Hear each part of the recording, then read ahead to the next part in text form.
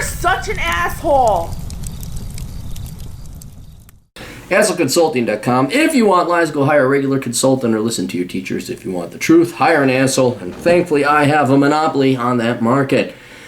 Young man writes, this is a long one, so go pour yourself a whiskey. So here's a little background about myself to give you a little more information on who I am, etc. I'm 32 years old. I grew up in Wyoming. Oh, you poor guy.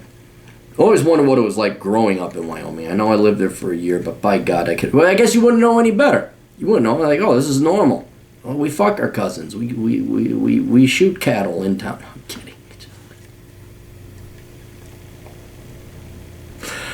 I grew up in Wyoming. They're not all like that. I grew up in Wyoming in a middle-class family with two younger sisters. One is a year younger, the other is 6 years younger. In a small town of about 6,000 people. Well, in Wyoming, that's a big town. 6,000. There's only a couple towns like that in Wyoming. Thermopolis? I'm wondering. Until my parents divorced when I was 12. Well, at least I got married, which is rare for a while. Okay, enough slamming on Wyoming. After the divorce, I moved to Eugene, Oregon, with my dad upon finishing 8th grade in Wyoming. A huge improvement compared to Wyoming. Yeah, his girlfriend got him a job in Eugene through family connections where he has been working since. Anyway, in high school, I pretty much did whatever the fuck I wanted. I snuck out, skipped school, went to parties, played video games, experimented with drugs, slacked off. I graduated in 2003 without much effort and earned an amazing 2.9 GPA for my hard work. See, I just did a video talking to the professor. He's like, well, these kids got a 3.5. They're obviously very intelligent. It's like, no, there's been that much grade inflation. While I was in high school, I took it upon myself to be an entrepreneur. It was then that I discovered if I sold weed and various other things, I could basically get drugs for free for personal use. I also worked at a company, eventually as a full-time job. I wasn't a huge druggie, but had my fun for sure. After high school, I told myself I would wait a year and then attend college. A year turned into more like 4 as I found myself selling larger quantities of drugs as my capital began to increase. Good, I sold mostly weed, hallucinogens, and a decent amount of coke. I also simultaneously worked on a construction job doing masonry. I gotta ask, guys, when you deal with drugs, don't you say, hey, masonry, which is hard, heavy manual labor, like here's a bag that weighs less than a pound, okay, give me a shit ton of money. Dude, why do you always end up working these shitty ass jobs? Should you just focus on the drug trade? I also simultaneously worked doing masonry. Since I had friends in Wyoming as well as, just say, the northwest quadrant of the country, I realized I could make a killing through interstate drug trafficking, earning anywhere to 4 to 10 times my money in return on investment. Fun while it lasted, while the money rolled in, but, oh, did the fuzz come in? In 2008, I was arrested in Wyoming by the DEA for drugs. Blah, blah, blah, blah, blah, blah. Okay, more than drugs, but drugs. A couple notes, I had no criminal background whatsoever. This is how they get you. This is how they get you. I know you guys, look. I like El Chapo. I'm not going to lie. I like it anytime a truly entrepreneurial mind, and not just El Chapo, I like the drug dealers in general, because they run circles and they show you the true ability for the human mind to be creative. They build fucking catapults. They're building tunnels. I mean, it's just amazing. They had it where you could paint to get drugs in the prisons. Kids would start to paint with watercolors, but they would put meth or heroin in the water. And then all of a sudden the cops are like, why are there all these paintings coming in from these little kids? I mean, these guys will figure it out. And you're not necessarily violent until you kill 4 other gangs for territory or whatever. But I can actually appreciate it. It's like, yeah, like you're a non-violent drug offender. So, but you didn't follow the rules. No, dude, you never been enough, so I had when I was arrested, well, wait, Wyoming, you can't get arrested for carrying a gun because there's no gun laws. When I was arrested, God almighty, am I going to be your goddamn lawyer? Never been to jail. You had your permit. Not given, did not told nearly, okay. You were not given bail. You didn't see your freedom until 5.5 years later when you were released in 2013. You spent 5.5 years in jail. Okay, you're not in jail. You're in prison. Okay, so you got convicted. I'm presuming there was a court case in there somewhere. So you were in jail. You were convicted and you went to jail. Because you said you spent 5.5 years in prison. I'm like, whoa, wait a minute. There's something wrong there. All right. Okay. Upon my release, I started school 5 days after getting back to Oregon. Total culture shock. Smartphones and social media, name a few. Interesting. Yeah, you're right. You would have missed out on it. Technology did advance very quickly in those 5 years.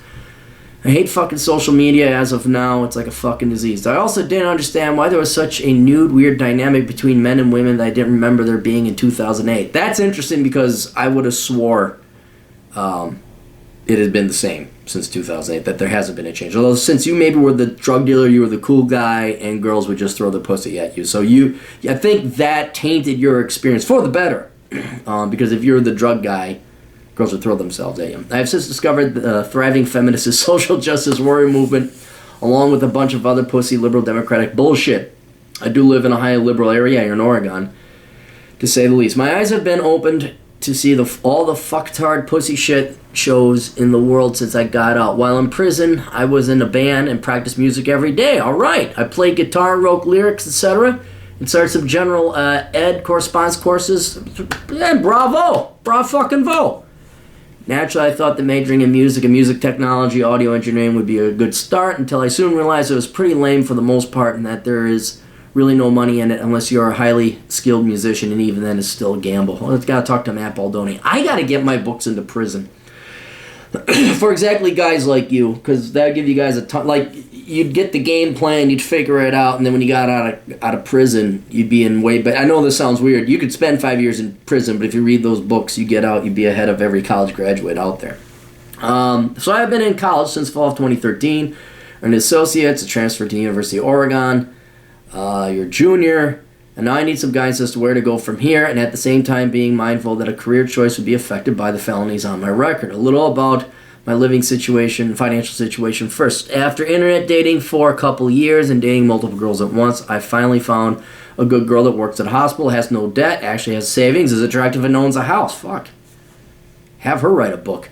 I've recently moved in with her and have been slowly renovating the place inside. Now, okay, you got some carpentry skills, mostly providing my masonry skills to improve the outside in exchange for free rent as I go to school. My financial situation is fine. I have basically been getting paid to go to school. With all the money I'm getting from financial aid scholarships and another program I won't specify here, I've been able to actually save money with minimal debt. Outstanding. This is great. The fucking government and state dough just keeps rolling in like an endless supply. Go figure. It's because you're a bad boy. See, no good deed goes unpunished, and all bad deeds go punished. I mean, all you had to do was spend 5 years in jail, prison, and now you got all this government money because oh god, we don't want you to slip back into dealing drugs, and now you're making bank. Now to get to the real issue of this request. I need guidance on what to do now because I have completed all the general ed requirement bullshit for the college and will now need to finish the upper division courses in a major of my choice. I can't afford to waste the rest of my financial aid and time on shit that won't translate to cash at the end of the shitty journey in academia or whatever it's called. At the start of this, my goal is to major in psychology and minor in business administration, math, and computer science for a career as an IO psychologist. I really enjoy research and statistics and think I would enjoy data mining. Since then, I'm changing my mind more towards major computer science and specifically computer programming, data mining, big data. There you go, and I'm not sure if I will like programming yet. If I have only taken a beginning Python course that was challenging and abstract, and minoring in math, psychology, and business administration is this okay? Yeah, dude, no, what are you going to become all three? You're going to become a mathematician, a psychologist, an MBA, and you're going to be a computer programmer? No. Fucking narrow it down. Do I need to just buckle down and grind out these computer classes? Yes. I'm also involved in 2 research labs, a neuroscience lab and a lab on social groups. I hate to say that I am volunteering for experience after trying to get a paid gig in a lab. Didn't work out. For fuck's sake, they couldn't even pay me 25% minimum wage. Yeah, dude, academia is there to fuck you over. You don't invest in academia. You give them your money, you major in a degree that requires you never go back there again. And then you don't even show up for your graduation. Like, give me my fucking piece of paper. I'm getting the fuck out of here. That's the last bit where they try and fuck you over, where they sell you your cap and your gown for $1,000. I was like, oh, hey, let's see if these suckers will pay for it. Let's see if they'll give us money to walk. We just raped them for 4 years. Let's see if they'll celebrate in a ceremony and pay $1,000. Talk about cheap fucks. So I am now volunteering for experience. No. Asshole, can you help me figure out what I should do next? Continue down the path towards IO psychology that requires at least a master's. No. Here's the reason. Your psychology degree, the reason you'll be hired in psychology is if you have a master's in psychology or a doctorate in psychology. You don't need an undergraduate in psychology to get a master's. But if you got an undergrad in psychology and no master's, it's worthless. So you can get your degree in computer science or computer programming, which will allow you employment opportunities in the real world, and highly compensated one, I might add. It's a good field to get into. And then you can always go back to college to get your master's in psychology. And the truth about psychology, I think you know this, it's bullshit. It's all bullshit. Like 95. There's some stuff that's legit, but 95% of it is bullshit. Also, to make themselves feel professional, people get their doctorate in psychology. I think even their master's, they got to do a lot of math because they like to do correlation. So a lot of statistics. Getting your computer science degree will kind of help with that. Maybe a little bit of math or programming might help. Or when I say programming, I mean modeling. But statistics, it wouldn't hurt to take like maybe minor in statistics. Because that's not going to hurt you either. It'll complement your computer programming so you can start programming models to do predicting things and stuff like that, like econometricians. And then, like, that master's in psychology, that psychology route, that's always like if plan A, B, C, D, and E fail. And then, at least what I do like about your psychology backup plan is you could always, because you've been in prison, that might be a great opportunity. Like, you're in prison, or you were in prison, now you're a psychologist in prison. So you have some ins. They need people out there, and you'd be the no bullshit type of psychologist. So I would, unlike the vast majority of people who go into psychology, where I say no, stop being a fucking twat, you know, there's like basically guys in the military who've been in battle, people who've had really tough upbringings in life, and people who've been to prison. Those are the people who should be the psychologists because they fucking been there. Fucking Tilly McTills from Wayzata. And I'm driving my daddy's Range Rover, and I think I'm really good with people, and I like to major in psychology because I want to evaluate mathematics. No, those fucking cunts end up getting, and then people wonder why after 10 years of therapy they still are fucked in the head. It's like, well, because you're talking to fucking somebody who doesn't know jack shit. So I would not necessarily throw away your psychology idea, but I would definitely put that on the back burner until you go to a real degree, a real profession. Because right now, you're fuck your dreams. Your dreams don't matter right now. What you got to do is put food on the table and make money. And you have an opportunity to strike while the iron's hot that you should not pass up now. So make sure you don't ever have to go back to academia again unless it's truly on your terms. All right? Fuck IO and anything psychology and just go for a BS in computer science, computer programming, software development, data mining. Yes, I like that. There you go. Fuck everything and kill myself. Don't worry, that was a joke. No. Dude, I know this sounds stupid. I'm not trying to say there's a silver line to every cloud. That fucking prison stint you did might actually pay dividends down the road. It really might, because it's like, oh, you've been to prison, you got it. Everyone likes the underdog. I know when you're going to apply, people are just going to immediately, oh, felon, gone, felon, gone, felon, gone. They're going to screen you out. But the ones that they don't care, well, okay, did you do your time? That's a different route. You know, I'll tell you this. I'd rather hire a guy who got out of prison who's a fucking nonviolent drug dealer than some fucking millennial with his goddamn fucking, woe was me studies degree who served fucking coffee and think he's entitled to shit. Honest to God. Or shit, even just take a 2-year degree in programming or computer networking operations, get an internship with the school, and start getting paid after I finish either of those short-term degrees. No. Stop trying to find employment in the school. They're not going to pay you, okay? Go find employment in the private sector. The 2-year degree in computer programming, no. And here's the reason I say that. You already put in your 2 years to the point that you're a junior now. I don't know why you'd now return to a lower level school just to get an associate's. You're going to put in the same 2 years to get an associate's. Why would you do that when you can put in the same amount of time, the 2 years, and get yourself a bachelor's in a field that is more employable? Well, the field's just as employable, but with a bachelor's, it's going to look better on the resume. 5, in addition, are internships, co-op education programs, or research labs even being worth involved for? No. No. I would do one. But this co-op, work for free? No. Captain Malcolm Reynolds. You go watch Firefly. Great show. But you gotta watch Captain Malcolm Reynolds. He has a great quote. I do the job, and I get paid. That's it. You don't do internship. If there's no pay, you don't do it. Then you go study some more. What I would do is I would start maybe one internship, make sure it's paid. But especially with computer programming, that's where, I mean, you're like, that's like almost auto self-employment where you could just work from wherever.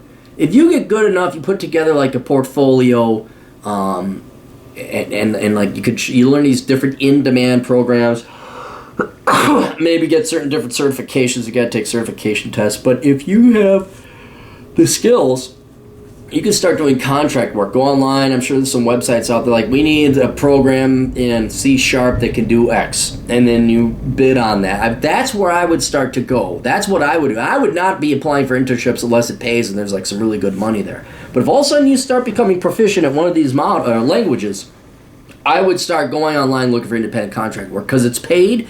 It will lead you towards entrepreneurship. You're like, oh, this is what entrepreneurship. And then all of a sudden, you like, say you do that for a year, and then you get one contract, then you get two, then you get a reputation. Also, you set up a website, and then bada boom, bada bing. You're like, why the fuck would I go to work for somebody? I'm already making 40, 50 grand a year on my own. So that's kind of where it doesn't hurt to intern if you get paid. Fuck the research lab. Fuck that bullshit. You're just going to be some baby boomer professor's bitch. You don't want to do that. But if you can like dip your toe into real world private sector work and become proficient at programming, then you can start thinking about more entrepreneurial endeavors. And I'm sure we have plenty of nerds and IT guys on here, so their commentary will certainly be down below. You want to say, is Elon Musk really going to colonize Mars? No. If so, what then? Just vote Trump? No. Vote Trump. Don't vote Hillary. And finally, are fellowships worth a damn? Specifically, some references I received from school. Okay, let's look up this one. What's it pay? Okay, so you apply. Finalists are determined. Your interviews are in March. Final notification. Holy fucking shit! So you're gonna apply for this is how slow academia and government is, right? So this poor kid's applying for a fellowship that doesn't start except for a year from now. So you apply in January of 2017, and then in September of 2017, 9 months later, they fucking let you know. No, so it's a year out from now, almost, and then it's you graduate from... No, I would not do this fellowship. Fuck that. No way. Now, if you're going to go into computer science, I would not do that. Because here's what's great about STEM. I got the skills, suck my dick. That's basically what STEM is. I have the skills, suck my dick.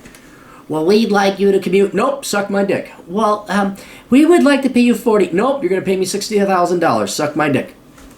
Every statement about STEM, suck my dick at the end of it. The fellowship, that's for people who can't... Fellowships, internships, what else are the other ones? Labs, all that other crap. That's just for people in the social sciences who can't find jobs. And so they make believe, oh, I got a fellowship. I'm not a lazy bum. No, you don't have to... You get to avoid it. Look how slow that is. They're like... hang on, let me find the original email. I got to pull it up here. There it is.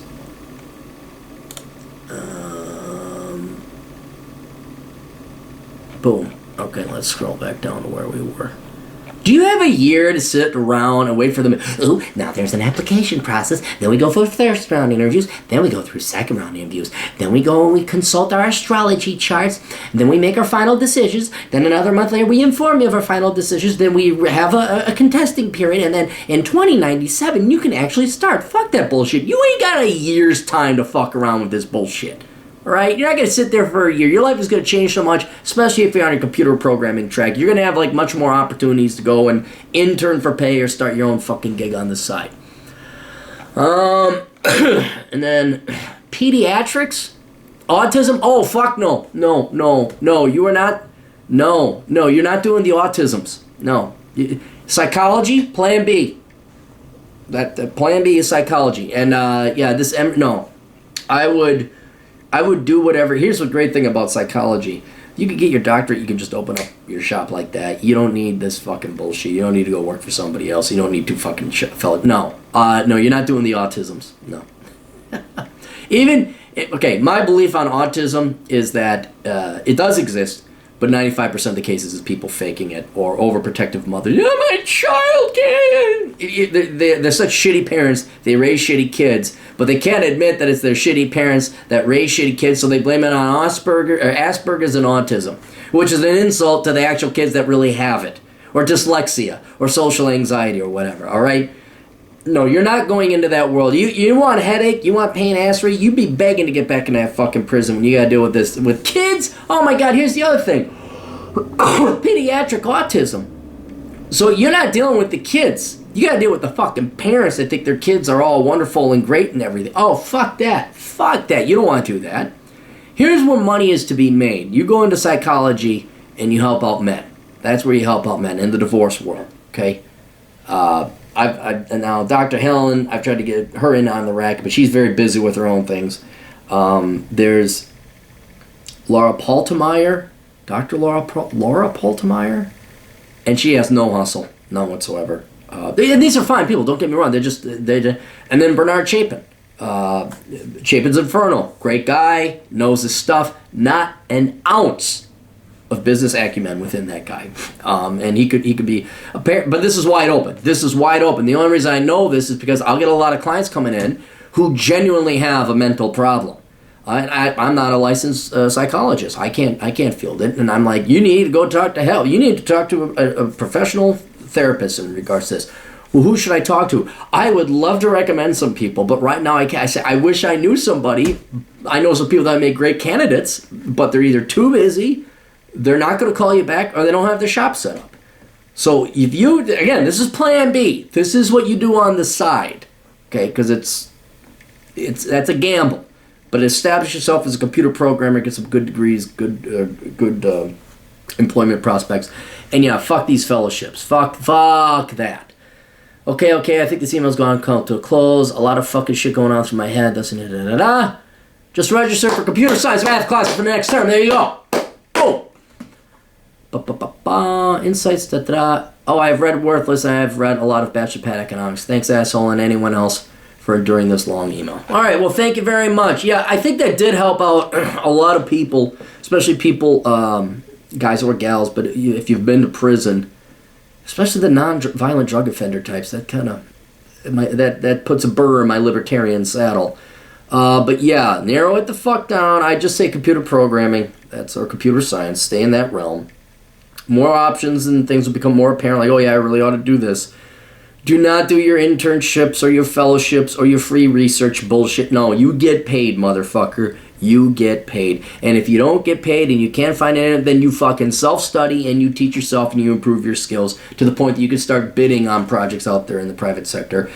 And then I bet you in about 4 years' time, you do this, you'll be good. But yeah, that down the road, you graduate, you get your degree, you get your job, and you got a little bit of free time at night, then maybe go apply for that master's program in psychology with the intent of opening up your shop. You're not going to go work for somebody else. Maybe you go work for the prisons because that'd be cool and you got the expertise in there. Maybe then you intern at the prisons. But you're not going to go work for some hospital where you talk to the retarded parents of normal children who they claim to have the autisms and the Asperger's. Anyway, best of luck to you. Toodles.